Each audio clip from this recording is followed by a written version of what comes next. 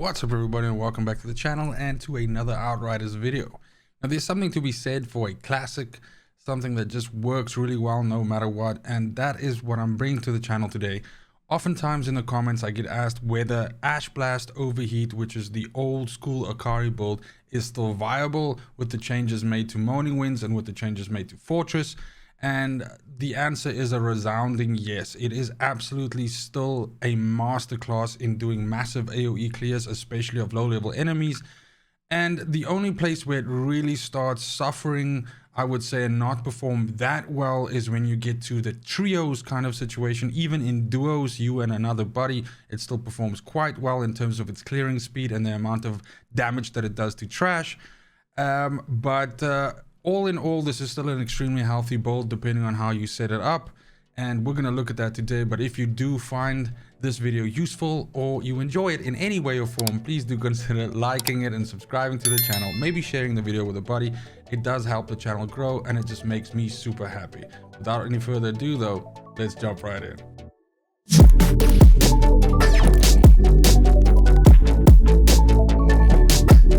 Now the term iconic gets thrown around a lot, but I definitely think that Ashblast Overheat is an iconic build for Outriders, but also for the Pyromancer. It is definitely one of the builds that when I saw it for the first time really impressed me, and this was right at the start when people were just starting to tinker with stuff and people were starting to unlock full, legendary sets. And of course the Acari set is one of the cream of the crop sets for the Pyromancer and used for pretty much almost all builds for the Pyromancer, just due to the great amount of damage ramp up that you get from it. But since then, this build has been set up in many different ways, and there's certainly a lot of different ways in which you can build the class tree, and also a lot of different ways in which you can combine it. But I do tend to play it in the classic cookie cutter way. As I've mentioned before, I do still dabble with using things like Fortress, for instance, on my death shield to boost up the damage for it. But all in all, this just is a build that is incredibly comfortable to play and does produce those big room clears where you basically kill everything that's on the map. And it is very impressive, especially to someone that's new to the game, because of the simple fact that you basically doing this with the press of a few buttons. You're not firing a single weapon or anything like that. Most recently I saw someone actually play this without firing a single shot, and that was very impressive. I had quite a laugh, because of course people are starting to do a little bit stranger stuff now, a little bit more different things due to the fact that timers are missing. But that just means that this build further on shines, because now you're able to take your time and setting up these perfect clears by combining the correct amount of heat waves and then hitting stuff when your combo is at its height and your overheat heats for the most. Now when we look at the actual build itself, something that's quite important in mentioning is that this build only really works when you have the Acari set bonus, and more specifically when you have certain mods from the Acari legendary items. To set it up exactly the way that I have it here actually requires you to get multiple drops of certain of the Acari pieces, because you have to dismantle them and strip those mods onto other items. But the setup that we have here allows you the best combination of mods that further accentuates this sort of combo, and that's basically the way that we're going to discuss building it today as well. As I've mentioned, because this is such an old and let's say overused build in that way, it has been built many different ways, but I keep returning to this old stock standard way of doing it because it just works so well. So as I've mentioned, my nose is itching so bad. As I've mentioned, the death shield is the staple, or used to be the staple for this build, and mine has Fortress and Shadow Combat on it. Now even though Fortress has changed, this still works very well, because you can just pump off a bunch of shots and you can get that additional damage mitigation as well as the additional damage, and it really does help you push a little bit of extra numbers into those big clears that you're trying to do. You can absolutely combine this build into something that cycles Moaning Winds and cycles radiation splash and all of that, and that's certainly something that's available to you by strapping those onto your pistol and onto your secondary. You might even consider going something like a funeral pyre with Shadow Comet and Claymore Torrent on, and just hip firing the times when your spells, wow, the time when your skills are on cooldown, and you can essentially just hip fire them and hit them with multiple hits of Shadow Combat and Claymore Torrent. There is a great interaction there as well, where once you hit stuff with Heat Wave, they are essentially taking a lot more damage because they're slightly debuffed due to some of the mods that we're using, and then those abilities will just hit them harder as well as Moaning Winds for that matter if you try to do it. The main reason I suppose why I don't do Moaning Wind cycle with this is, generally speaking, the only thing that tends to live longer than one full rotation of your skills tends to be 1 or 2 or 3 standout bosses in the expeditions, and in most of those cases they pretty much die to the second or the third rotation, so I just couldn't be bothered. Mostly I play this build when I'm just looking for an easy night carrying people and blasting through CT15s.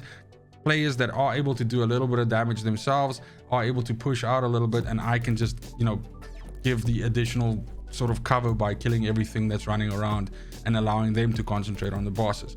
It's kind of like a super chill way of playing the Pyromancer, as I've said, because you don't have to worry about aiming phaser shots at anything, and it comes off very comfortable. Now when we move over to the actual armor set itself, as I mentioned, we're going for 3-piece Acari here. In my case, we're using the chest, the pants, and the boots. So for a headpiece, we are using a purple piece, and what you're looking for here in terms of stat distribution is you want anomaly power, then you want cooldown reduction, and you want status power. This is kind of like, again, the cookie cutter that you usually use for any AP class setup, so it's no different here. In my 2 mod slots, I have Tidal Wave, which gives me an additional heat wave that I can use. This build in its final setup has access to 2 heat waves, 1 Ash Blast, and 1 overheat before everything goes on cooldown. I use Ashen Boost on here, which allows me to deal 20% more damage against anything that is ashen. That means that when I Ash Blast, the Ash Blast goes out in a wave, turns everything into ash that doesn't die or hasn't died by then, and then the overheat does all this additional damage to it. When we go over to the chest piece here, this has anomaly power, skills, life leech, and cooldown reduction. This is, of course, we have to use those substats because they come with the Acari set. Detonator is a skill that reduces the cooldown of overheat by 50%. Now once we get to the skills, we'll see that we're also running with extremely low cooldowns here, which again just is what makes this build work so well, because not only are you able to pull off these massive AoEs, you're able to do them regularly. Now we also have Captain Hunter on here. As I've mentioned, the only downside to this build as it stands right now is it's not that great at dealing a lot of damage to a single target that has a lot of life. It's extremely good at AoE, so anything that you can do to accentuate that damage to one target, which will most likely be a Captain or Elite, is definitely a good idea, hence why we have Captain Hunter. When we go over to the pants here, we have Anomaly Echo. This just gives you an anomaly power bonus every time you activate a skill. Now you're constantly going to be activating your skills, and this buff lasts for 15 seconds, and so therefore you're always going to be enjoying this additional anomaly. It's not a lot, but every little bit helps. Then we have Fire Tsunami on here, which is usually on the headpiece of the Acari, but this gives you a wider firewall for the heat wave. So by default, the heat wave is actually quite thin and about slightly thicker than the girth of a person, I would say. This actually makes it quite a bit wider, and this is quite important because as we see, the buff for the Acari set says every enemy damaged by heat wave grants 50% anomaly power bonus for 10 seconds. Now this is actually like sort of capped at 300%, so that means that when you hit 6 enemies with a heat wave, you get 300% additional damage, which is fantastic, and that is quite easy to accomplish with a big Fire Tsunami. When we go over to the gloves, here we have another purple piece, and again we're using anomaly power, status power, and cooldown reduction. We have Ash increase range here, which is very important because by default the range of Ash is not as wide or as big as the range of overheat. So you could play around this, but it is going to be very difficult since the distance is quite jarring compared to what overheat is able to accomplish. This actually brings them quite in line with each other. Not quite though. Overheat still has slightly of a larger radius that it can activate on, but this brings them very close to each other and just makes it much easier for you to do the combo. Now a little bit more about the combo. Something to remember is that Ash Blast and Overheat, they actually don't trigger the same way. Ash Blast actually moves out in a wave, and it's very easy for you to see this. If you play this character class and you use the 2 skills, you'll actually see a ripple trick like move out from you when you Ash Blast. It's not quite as slow as I'm showing on the screen here right now, but it is definitely noticeable and something that you can see. Whereas overheat is almost like a switch, like it's almost instant. And so you kind of have to get used to the combo that if you want to hit stuff that's right near the edge of your range, you have to give about a second to almost a second and a half for the wave to hit them. Not quite that long, basically a second, a little bit more than a second for the wave to hit them, and then you can overheat. The cool thing though is it's very easy to see if something has been ash blasted, because of course they turn to ash. So you can generally gauge that quite easily. However, if you play this for a while, it's going to become second nature to you, and it's really something that shouldn't be any hurdle for you in killing a lot of stuff easily. Then we use Death Sentence on here. Now what Death Sentence says is that your weapon damage and anomaly damage against enemies affected by the skill, and this is Ash Blast, are increased respectively by 40% and 30% for 8 seconds. This is again a good combination, because that means shadow comets that you pull down onto stuff deals more damage to them, because that's coming from your weapon, but also this increases the overall anomaly damage. Now this buff from Death Sentence used to be quite short, and it's kind of like the reason why some people believe in using it, some people don't. I'm one of those that are in favor of it, but certainly there are some other options here, like additional damage to burning enemies or anything like that that you could potentially use. Untamed power if you feel that you're getting surrounded a lot by enemies.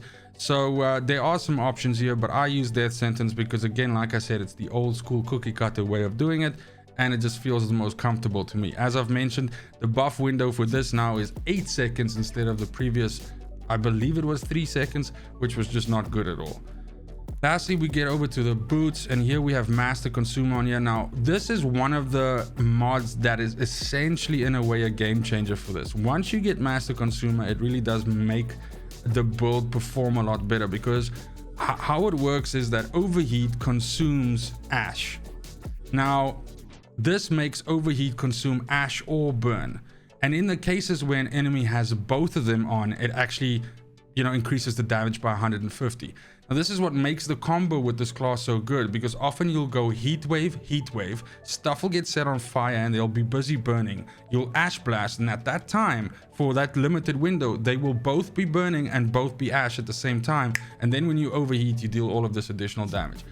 This is basically what allows you to delete entire rooms, you know, a whole group of enemies. And this is also where a lot of the additional damage that you can do to bosses are done.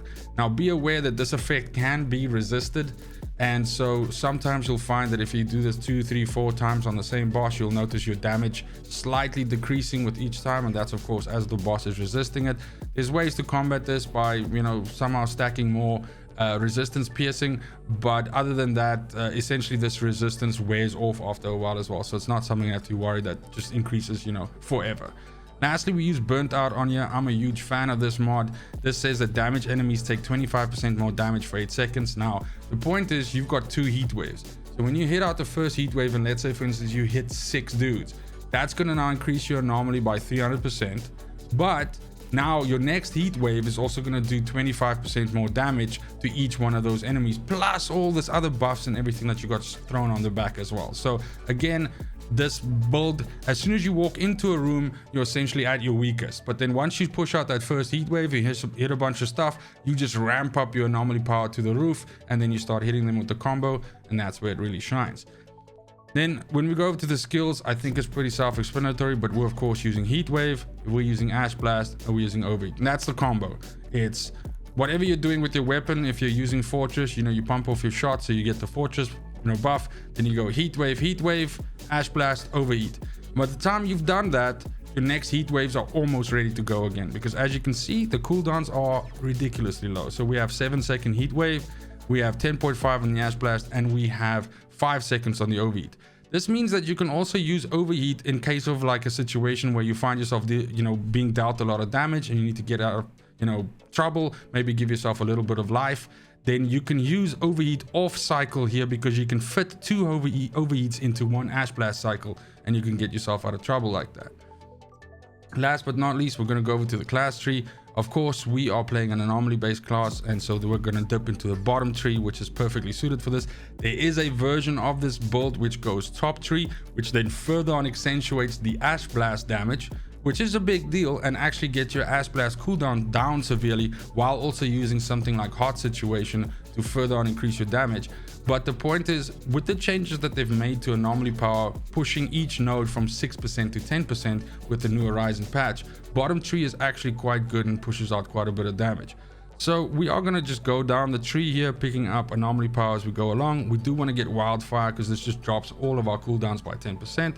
And we want to be picking up these Trial by Fire nodes because that gives us additional damage to anything that has burn on them. So when you hit stuff with a flame wave or heat wave rather for the first time, or you hit them with an overheat and they catch fire, then this is just going to make a deal more damage. Again, we're moving along, we're picking up all the nodes. The next major node that we pick up is with Fire and Anomaly, which gives us 12% more anomaly power every time when we overheat. So that means after you overheat for 10 seconds, your next heat waves get some additional damage as well.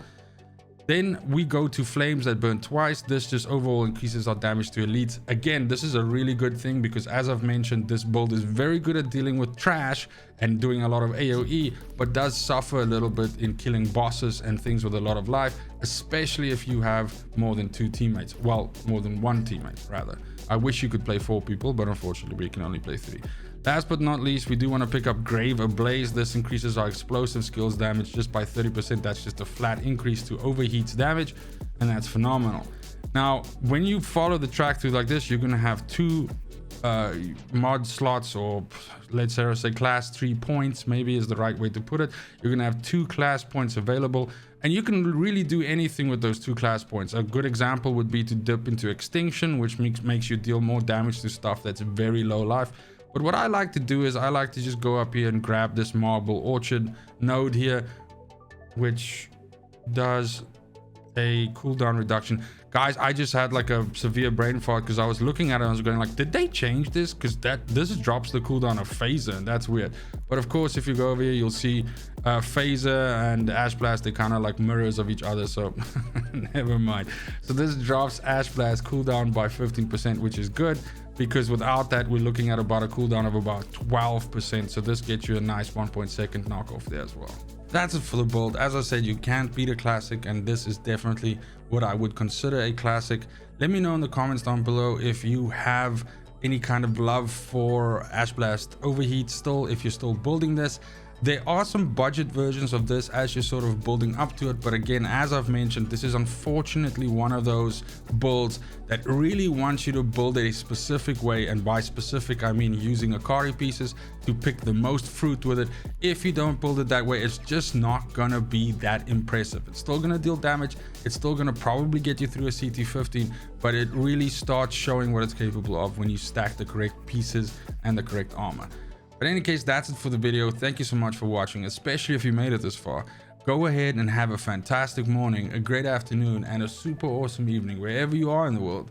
And until next video, fucking cheers. They want the best of me now, best of me now, best of me now, best of me. They want the best of me now, best of me now, best of me now, best of me.